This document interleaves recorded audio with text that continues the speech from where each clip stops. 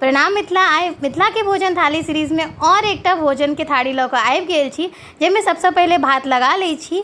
और जाबे तक भात लगावे लै छी ताबे तक अहाँ सबके ई बहुत बहुत धन्यवाद, जहाँ सब भोजन थाली के सीरीज के बहुत बेसी पसंद कऽ रहल छी ताहिके लेल। और ओहि संगे उसनल आलू के भुजिया लगेलहुँ हैं। संग में आइ जे बड़ में हम कटहर के बड़ लगा रहल छी, क्योंकि कटहर के सीजन है और खिचा खिचा कटहर आबि रहल छै।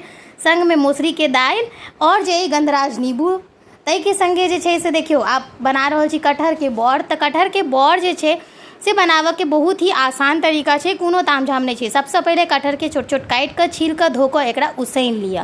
उसनला के बाद में एकरा हाथों से अहाँ मसैल सकै छी, लेकिन हम लहसुन मिरचाई धऽ कऽ कटहर के जे छै से डायरेक्ट मिक्सर ग्राइंडर में ग्राइंड कऽ रहल छी। ओहिसँ की छै स्मूथ पेस्ट बनै छै और जे कनी एकर जे अथी रहै छै से मुँह में नहीं आबै छै, रेशा जे होइए कटहर के। ताहिके बाद एहिमे बारीक कटल प्याज और ओहिके संगे बेसन, कनी चिली फ्लेक्स ऐड कर रहल छी, संगे कनी हल्दी पाउडर और ओहि संगे स्वाद अनुसार नमक और कनी धनिया पाउडर ऐड करबै।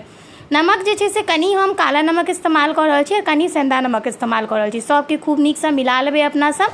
और अगर एहिमे जेना कि अगर कम बेसी लगते तो बेसन के अहाँ बादो में ऊपर से ऐड कर सकै छी। तो देखियो हल्का सा जे छै गीला गीला टेक्सचर छै, तो हम ऊपर से कनी हल्दी और ऐड कर रहल छी, संग में कश्मीरी लाल मिर्च ऐड कर रहल छी और कनी बेसन ऐड कर रहल छी। हल्दी कनी बेसी रहै छै तो कनी कलरफुल नीक लागैत रहै छै ताहिके लेल। तो देखियो हमर पेस्ट तैयार भऽ गेलै।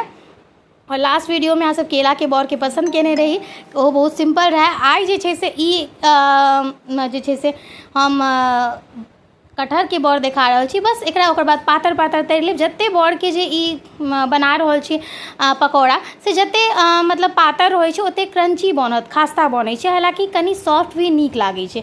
तो चलू आब सबटा के ललगर कऽ कऽ जे छै से आस्ते धीमी आँच पर पकाबऽ के छै। बड़ एकदम खास्ता बन कऽ तैयार भऽ जायत और सेम पेस्ट से जे छै कटहर के कोफ्ता के भी तरकारी बनायल जा सकैए।